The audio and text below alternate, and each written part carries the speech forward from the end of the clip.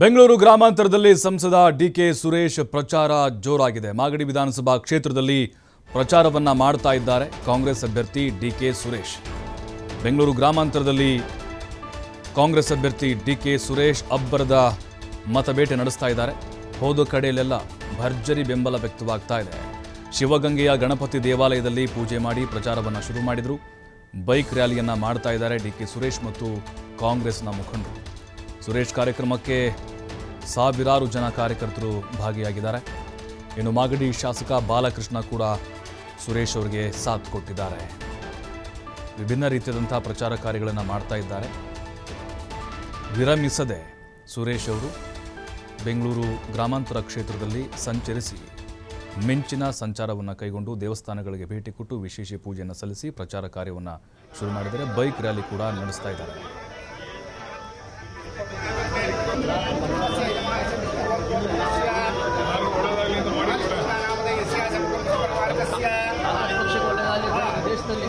ಕಾಂಗ್ರೆಸ್ ಪಕ್ಷ ದಿನೇ ದಿನೇ ಅಭಿವೃದ್ಧಿ ಉನ್ನತ ಸರ್ಕಾರ ಹೊರಸಂದಿದ್ದಾರೆ.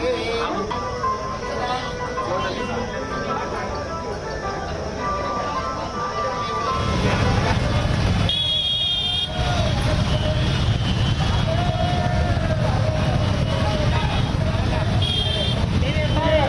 ಆಗಬೇಕು ಅಂತಕ್ಕಂಥ ದೃಷ್ಟಿಯಿಂದ ಕೊರಬಾಲೆ ಡಿಕೆ ಸುರೇಶ್ ಅವರ ಒಂದು ಸಹಕಾರದ ಕೆಪಿಎಸ್ ಶಾಲೆಯನ್ನು ಇವತ್ತೇ ನಾವು ಪ್ರಾರಂಭ ಮಾಡ್ತಾ ಇದ್ದೇವೆ.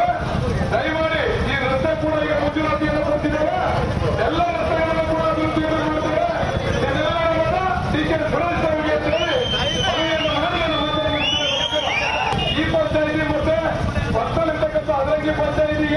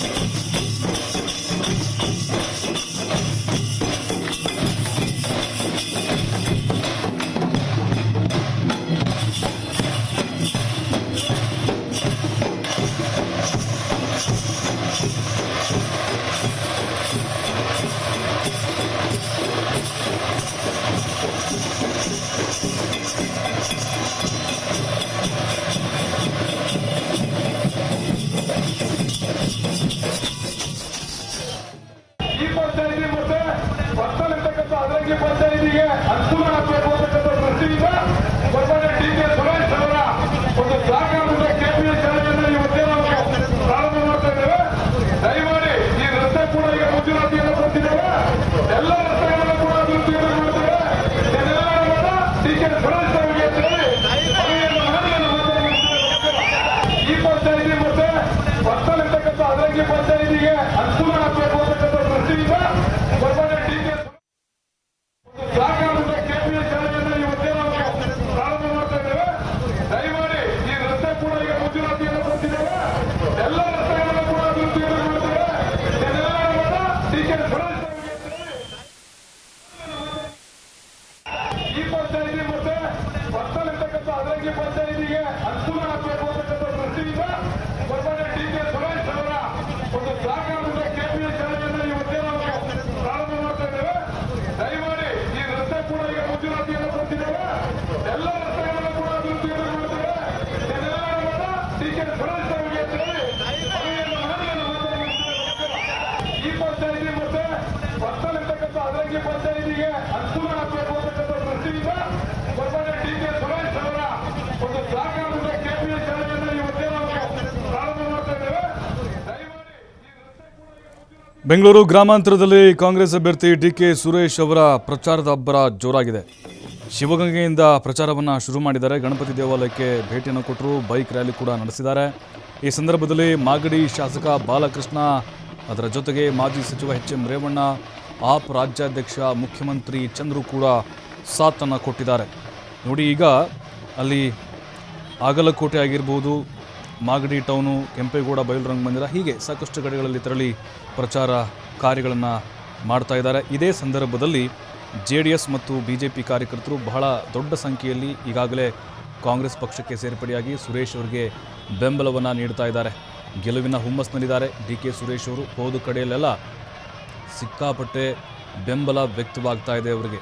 ತಮ್ಮ ಅಭಿವೃದ್ಧಿ ಕೆಲಸಗಳನ್ನು ಮುಂದೆ ಇಟ್ಕೊಂಡು, ಅಂದರೆ 2 ಬಾರಿ ಸಂಸದರಾಗಿ ಮಾಡಿದಂತಹ ಸೇವೆಗಳನ್ನು ಮುಂದೆ ಇಟ್ಕೊಂಡು ಮತ್ತು ಕೇಂದ್ರ ಸರ್ಕಾರದ ವೈಫಲ್ಯಗಳನ್ನು ಜನರಿಗೆ ತಿಳಿಸುತ್ತಾ 5 ಗ್ಯಾರಂಟಿಗಳನ್ನು ಜನರ ಮುಂದೆ ಇಡ್ತಾ ಮತವನ್ನು ಕೇಳ್ತಾ ಇದ್ದಾರೆ. ನಾನಿಲ್ಲಿ ಪ್ರಚಾರಕ್ಕಂತ ಬಂದಿಲ್ಲ, ನಾನು ಕೆಲಸ ಮಾಡಿದ್ದೇನೆ, ಕೂಲಿ ಕೊಡಿ ಅಷ್ಟೇ ಅಂಥೇಳಿ ಬಹಳ ಸರಳವಾಗಿ ಪ್ರಚಾರ ಕಾರ್ಯವನ್ನು DK ಸುರೇಶ್ ಅವರು ಮಾಡ್ತಾ ಇದ್ದಾರೆ. ಬೆಂಗಳೂರು ಗ್ರಾಮಾಂತರ ಕ್ಷೇತ್ರದಾದ್ಯಂತ ಎಲ್ಲ ಕಡೆಗಳಲ್ಲೂ ಕೂಡ ತೆರಳುತ್ತಾ ಇದ್ದಾರೆ. ಬೆಳಗ್ಗೆ 7 ಗಂಟೆಯಿಂದ ಶುರು ಮಾಡಿ ರಾತ್ರಿ 10-11 ಗಂಟೆವರೆಗೂ ಕೂಡ ನಿರಂತರವಾಗಿ ಸುರೇಶ್ ಅವರು ಪ್ರಚಾರವನ್ನು ಮಾಡ್ತಾ ಇದ್ದಾರೆ. ಇನ್ನು ಸ್ಥಳೀಯ ಶಾಸಕರು ಕೂಡ, ಅಂದರೆ ಕಾಂಗ್ರೆಸ್ನ ಶಾಸಕರು ಜೊತೆಗೆ ಅಲ್ಲಿನ ನಾಯಕರು ಕೂಡ ಸಾಥನ್ನು ಕೊಡ್ತಾ ಇದ್ದಾರೆ.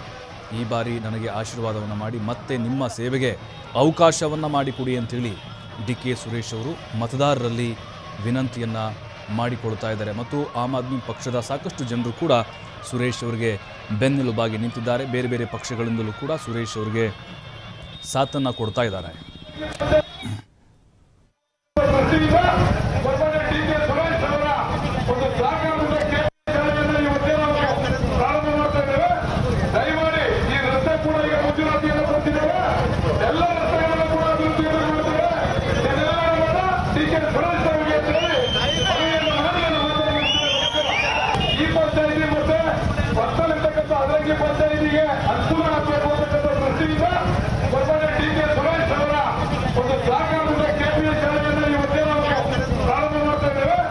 ದಯಮಾಡಿ ಈ ರಸ್ತೆ ಕೂಡ ಈಗ ಮಂಜೂರಾತಿಯನ್ನು ಕೊಡ್ತಿದ್ದೇವೆ. ಎಲ್ಲ ರಸ್ತೆಗಳನ್ನು ಕೂಡ ಅಭಿವೃದ್ಧಿಯನ್ನು ಮಾಡ್ತೇವೆ.